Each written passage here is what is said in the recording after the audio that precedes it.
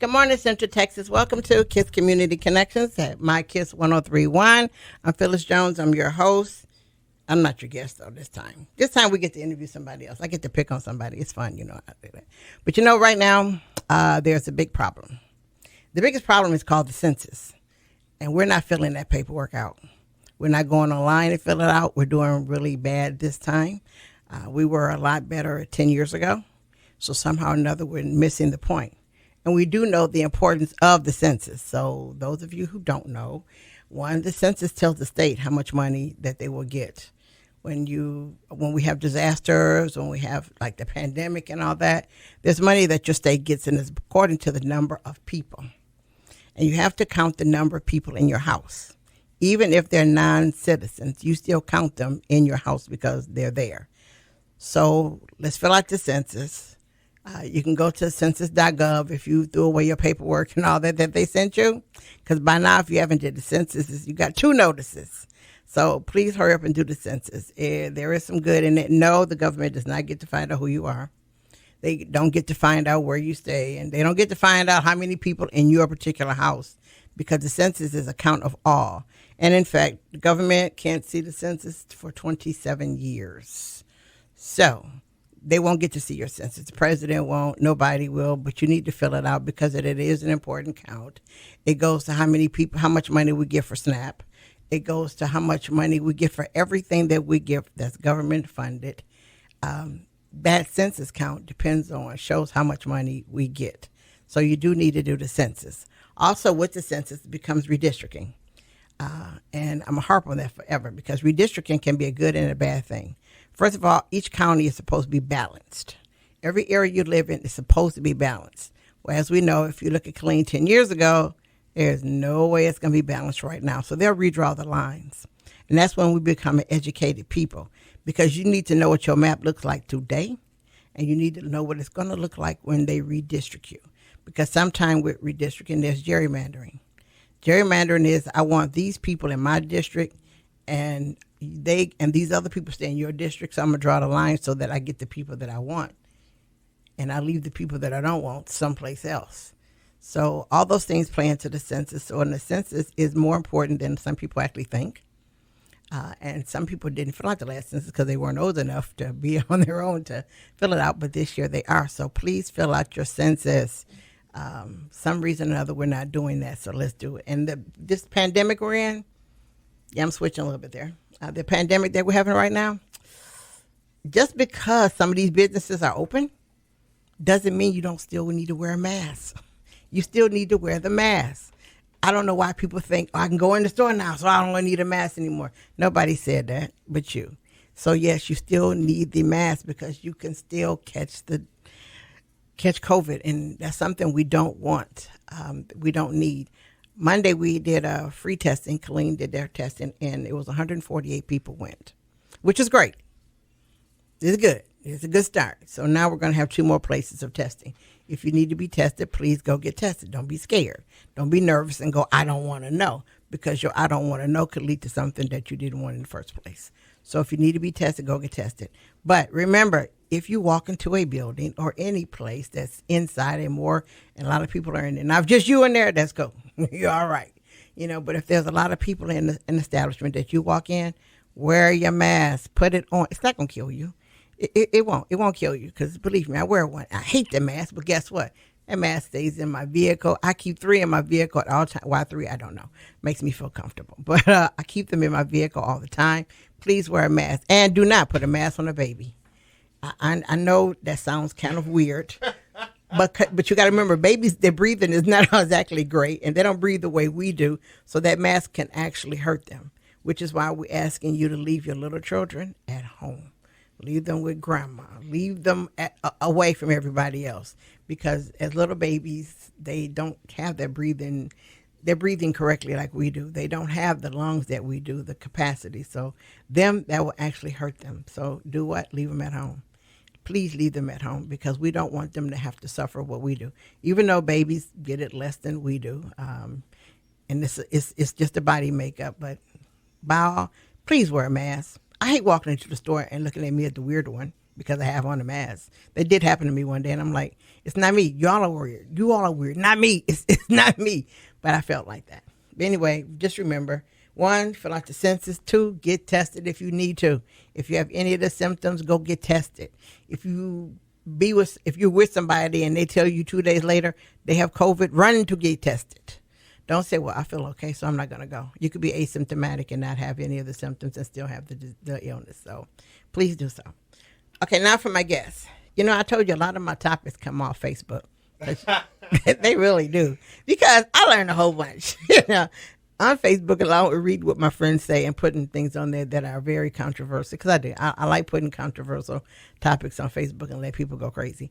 But a lot of my topics come on there because it's trending and it's what's going on and it's what's concerning people.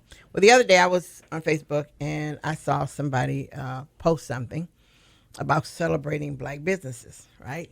So I inboxed the wrong person. I didn't inbox the wrong person. I inboxed the person that's on my page that said it, right? So I inboxed him to ask him, whose event is this? And if anybody knows me, I generally don't ask nice questions. I'm going to ask you just so I need to know, who is this? Who is this person? So he told me who the person was. I'm like, okay. He said, but I'll let you know. I said, I need to contact him. He said, I'll give you the contact information. Well, if you know me, I don't like waiting. I hate waiting. I am not the greatest person at that. So I forget this. Let me just track it on my own. So I tracked and trailed and found out that this young man named Kevin was actually Calvin.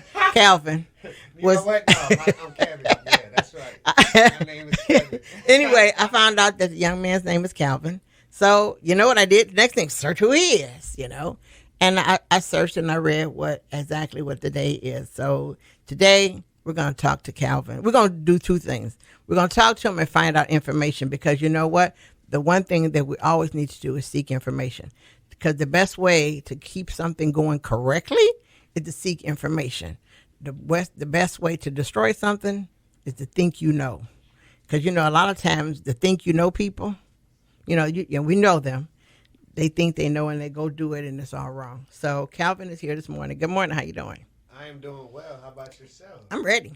I'm ready. Oh, y'all heard that? Did y'all hear that? He ready. Okay. Ready. All right. Hey, she said she's going to stump me with some questions. She's going to cut me up with all the questions. I'm with it. This is the best thing that can happen. I'm going to share this in the private group. You got like 50,000 people in the private group. Everybody asking questions. This going to answer all the questions. All right. So okay. What's the name of the day? What's the name of the day? So the name of the day is Blackout Day 2020. July 7, 2020. That's only the hashtag for that day. But the movement is the Blackout Movement. But this day, July 7, 2020, Blackout Day 2020. So, okay, now I can take the term blackout and it can mean a whole bunch of things to me. Right. But it means something definitely for you. Right. So, we got to fix that. Interestingly enough, there used to be a hashtag about back in 2015 that started that was called Blackout Day. But it was a completely different connotation. Right. I actually spoke with the founders of that movement. He inboxed me. He talked with the other 2 guys. There was 3 of them. They actually had just retired the hashtag, interestingly enough. He was like, yo, just past Friday, we retired it. And he talked to me about the vision that they had originally and how it kind of just turned into a selfie type of movement. Right. But yeah, so... You're saying what's blackout mean to me? No, not just to you. Right. But everybody people catch on to things. Right. And sometimes, there you go. They might think they know and they have no clue. Okay. So when you talk about blackout let's talk about it from like an electrical standpoint when we're all set up on grids. So if we ever have what's called a blackout, like if somebody fired off an EMF charge or something like that, you would see all of the lights, all the electricity, everything go out, and we'd be in the midst of a blackout. Along the same connotation, along the same lines, when you look at the way that black people in America, and I say black, I say that with all the measure, because it's like, what word is the best? We don't have a nationality. Yes, we do. We do, but I'm saying we haven't been, we have a nationality. We have nationality. I know who we are, but underneath the auspices of this land and these laws and this legislation, and even when you look into the Universal Human Bill of Rights under the United Nations, when you really look at the bylaws, us being called black doesn't give us a status of nationality. No, that's James Brown said so. Right, yeah. But anyway, I digress because every time I say black people, I'm good. I'm all right when you say that. But we have to, like you said, we got to keep it elementary. Anyway, when you look at how black people in America spend their dollars, it really bothers me. I ain't gonna lie. When we spend our dollars, we're more consumers than any other culture group. Right. Every other ethnic group that comes here, who actually, whether it be Asian Americans, Koreans, and Italians, Chinese, even Africans, they all come. If they're Arabs, when they're here in this land, wherever they've come from, no matter what city, matter what state, it's really a beautiful thing to see. From city to city, state to state, they all have the same blueprint. They practice group economics. They practice extreme nepotism. They know how to say, oh, just imagine everybody here in Killeen, if black people were all united here in this city, we all put our bread into a fund that can be sitting in a bank. We really could start our own bank. I mean, there's a church here, a black church here, who actually has their own bank, which is beautiful.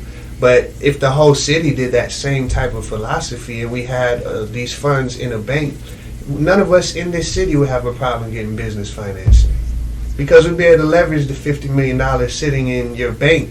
This is our, Killeen Black People Community Fund, and we put it, I'm talking about that economic power that we have. The spending in the economy, if we took it out of the economy and put it only with us, it would cause a blackout, because the system is and will always will be, until it is completely revised, built on the backs of black labor. It doesn't matter. It was from the jump. It's just an undeniable fact. It's something that innately white people know, and they know their wealth that they've accumulated from generations to generations. It all can be traced back to one undeniable thing, that this country was built literally on the free labor of black people. And then when you get right around to you have 1776 as the Declaration of Independence, but 1789 is really when they ratified the Constitution. But when you just look at the history all the way down, anything they do legislation-wise is going to be to preserve that thing. I mean, even when the 13th Amendment, it didn't really abolish slavery. It changed the context of the slavery and really legalized it. Because up until that point, it used to be legal. They made it illegal, and then they had to find a way to make it legal again. And so you still, that's when you see there shall be no more enslavement unless during a time of war. Oh wow! Or if you're in prison. Or if you're in prison. Yes. You're in prison. Or for as punishment of a crime. So now he's saying, okay, now there's an incentive to criminalize. Oh, you're jaywalking. You're out of there. And then you seen a trend, and now you see all of a sudden you go from freedom. You go from slavery to freedom to the winds and the rains, as Fred would say, and then back to chain gang and building the railroads.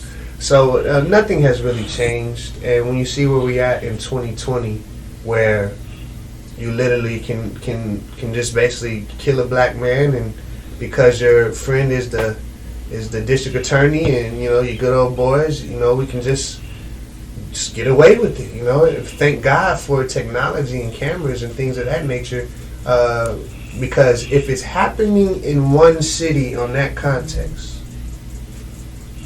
it's undeniable then that it's happening in cities still all across America. But one point that we need to do to change that is, okay, first of all, when it's time for an election. Right. All right, okay, this year it's time for the election. Do we own a legislator? We need to own one. Then we need to start where everybody else starts. But we don't. candidates make our laws, rules, and how we live. And regardless of whether you're political or not, your life is dependent on politics. Right. Okay, so we don't own a candidate. Correct. So we need to start owning our own candidates. If we want things the way we want them, shopping black is fine. Right. But it won't change the economy too much. But if I own a candidate, if we collectively sit down with a candidate and decide we're gonna own this candidate for this elect. We're gonna own this candidate. Guess what?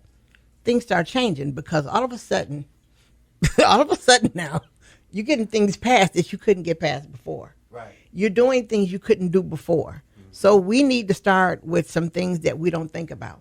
I was reading this morning, somebody was, talking about the election of president, right? I changed that dynamics by saying this. You need to change your Senate.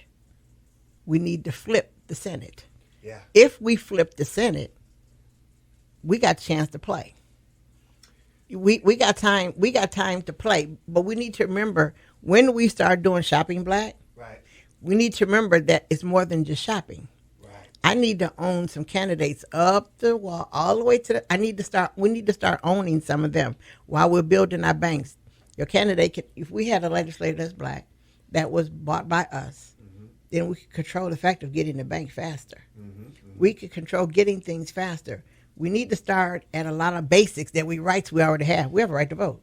Well, we can't get there until we have, and Dr. Cloud talks about that, like the tier, when you roll out this plan, it has to start with economic solidarity. Until we have that, until black people everywhere are united with our money, and we've pulled it together in a tangible way. I mean, there's with technology now, there's plenty of ways. I mean, we can start a trust fund that can be tied to. I mean, I don't want to get too deep. I'm telling you. But there's so many ways where if we put our money together the right way, it can have real tangible economic power. Like I said, if you put money in a fund that backs a Bitcoin, and then you use that and we circulate that dollar within our community. However we do it, that's right. We'll get there. We are going to get there. Once we have that, then we can have a Black Vote Day. And not only just back our own senator, but literally, as a people, we vote who we want. It might not be somebody who's in politics or something now. Right. We might say this person right here is a leader. They meet the age requirements. They're whatever. They meet all the points to be able to be a politician, etc. And then now we're going to back them. We're going to enter them to the race. We're going to push them, promote them, and united as one, we're going to vote for this person. Even if we start small and say we do that state to state with the Senate race. You know what I'm saying? So right. Each state is united and has their person that is plugged into this philosophy. And we get, man, we would flip the Senate. But we can't do that till we got the money united. We can unite in philosophy and do that now. But if we don't have the money to back that individual and push them and market them and pay for the commercials and make sure their family is good, then it won't. It's not possible. But I want to how much time we got? Wait a minute. Now on the 7th, what am I doing on the 7th? What are me and everybody here doing? July 7th. What are we doing? July 7th. What are we doing? Simply doing a non-violent, very simple and easy protest in order to affect the market in such a way that we are respected, and we're going to continue to scale that. So all you're doing is not spending your dollar. You're staying home. If you work, if you don't work, you're staying home and relaxing. If you do work, make sure you got your lunch packed, this and that. Whatever you got to do, but don't spend your dollar. If you absolutely are forced to spend your dollar that day for whatever reason, it happens. You find a black business, black grocery, black corner store, black gas station. Find somewhere black that you'll put that money in.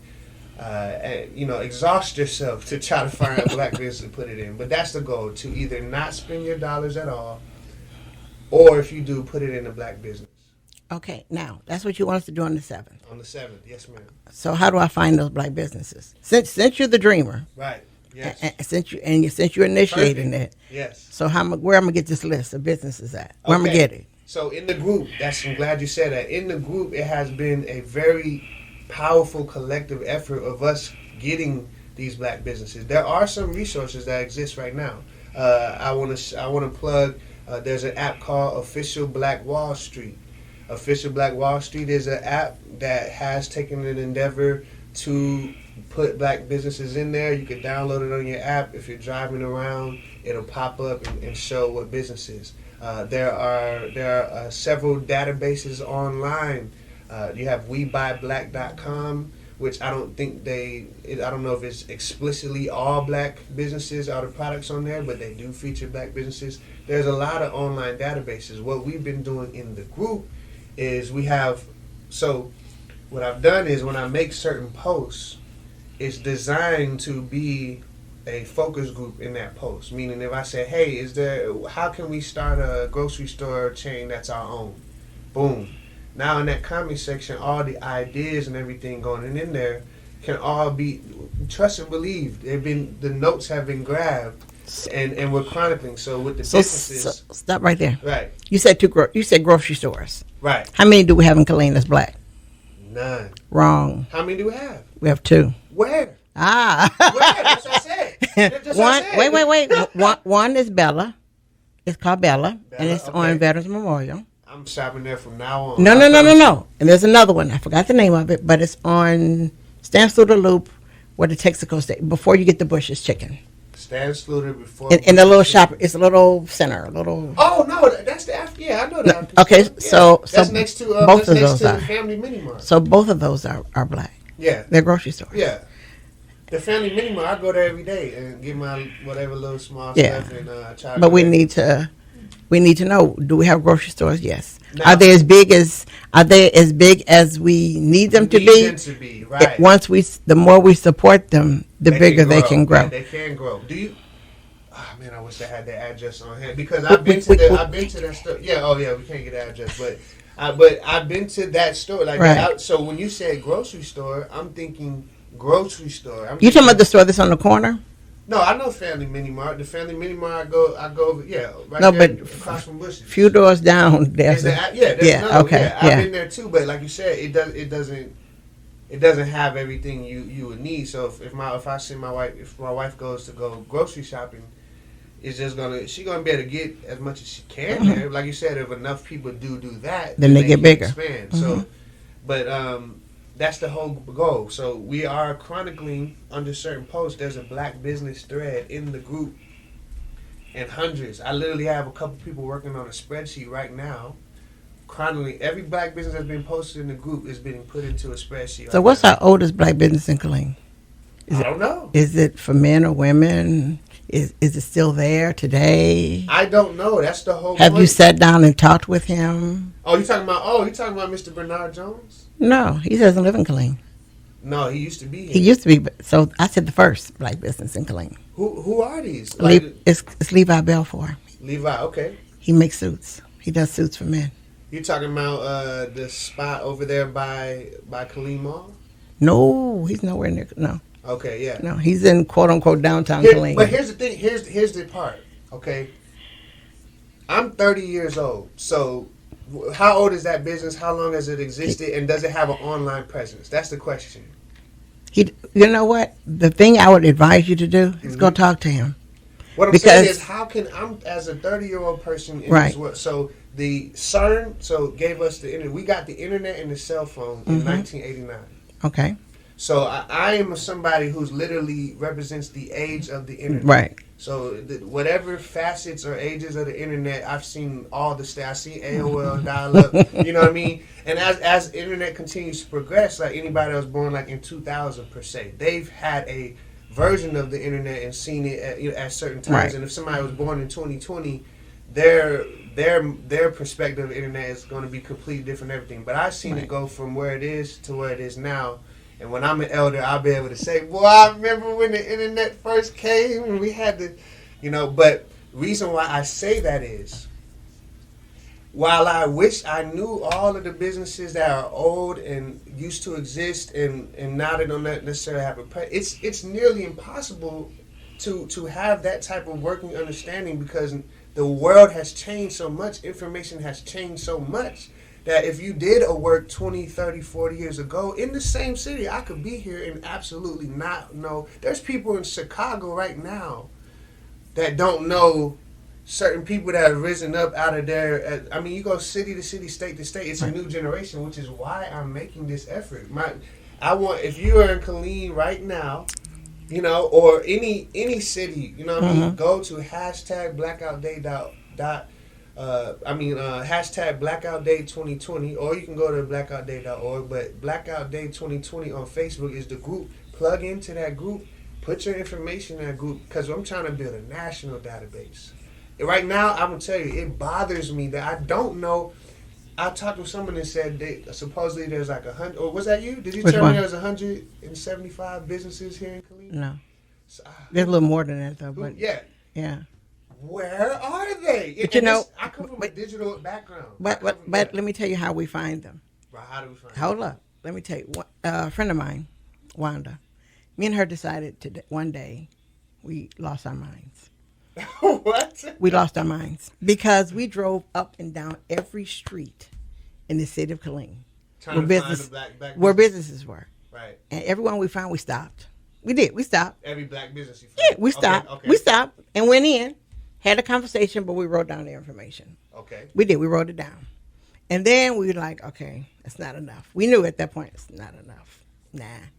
So then we every event we went to, if there was a black business that was home black business that was we took their cards. Right. We took their information down because we realized everybody does not have a brick and mortar building, because every business does not need a brick and mortar building. True. And it's crazy for us to think we all do. But anyway, so the home-based businesses, we got them down by going to different events. We went to events that had nothing to do with nothing. But we went there because we were on one mission, just one, to find out who everybody is. So we gathered that list. And you know what we did? We shared it. Hey, listen, you want what? Go over here and get it. So we started doing that. And then after a while, people started calling us. Okay, then about 2 years ago, I started to bring us together. Meaning I had the longest name event in life. It was First Friday Black Business Cash Mob Meetups. Whew. Yes. So I'm gonna go back. 10 times fast, I'll give you $10. So I'm gonna go back to doing them because I laid off about a year of doing them. But what we did was simple. Yeah. If you had a business, I came to you. I would say, Calvin, listen. I would tell you I have an event, First Friday Black Business Cash Mob Meetup. Ooh. But I'll tell you, every first Friday of the month, we're at a different black business. We're there. Right. We're there at 7 o'clock.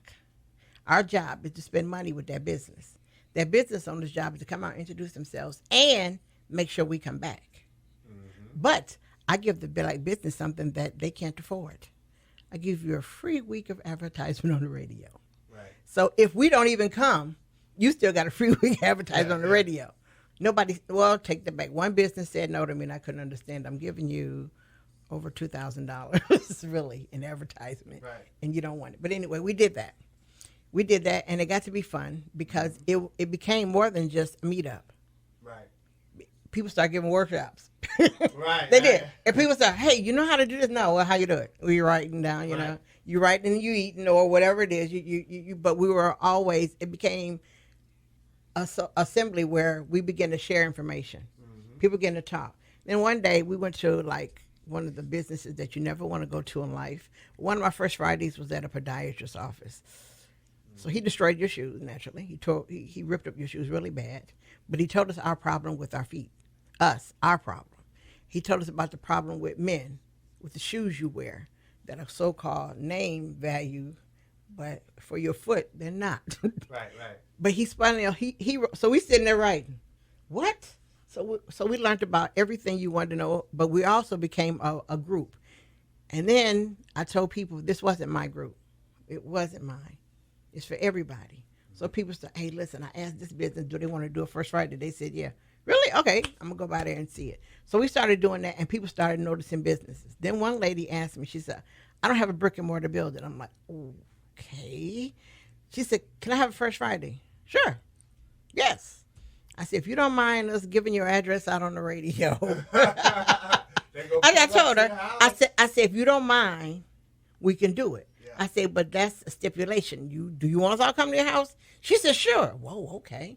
So we went to her house and we had an African evening because she is from Africa. So we had an entire African meal, African music, African clothes, but it was a total African evening. Right. You know, and I'll say hers was not, I won't say it was the best one, but it was the one most interesting. Oh, they in here. Because we sat there, because we were sitting there listening to our music, learning more about our culture.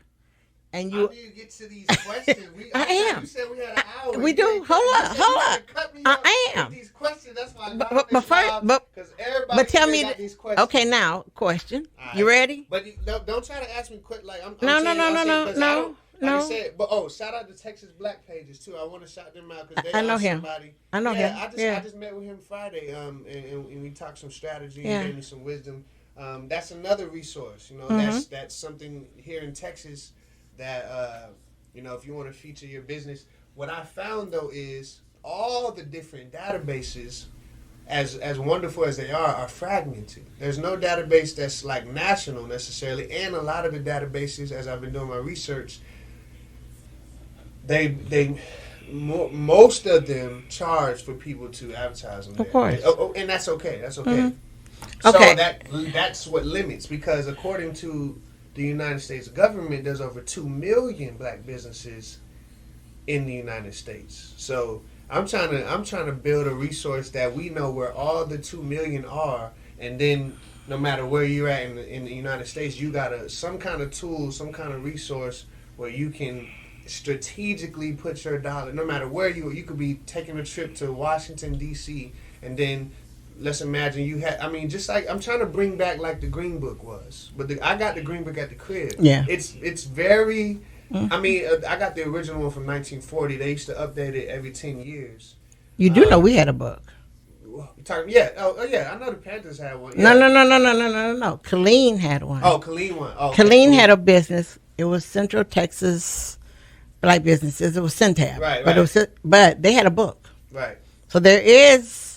So there is a book for you to find. Okay, there we go. See, that's what I'm. And I'll give you his name and number. And I will contact him. So because there was a business. In fact, most of the businesses. How recent was that? A long time ago. But majority of those businesses are still here. Too easy.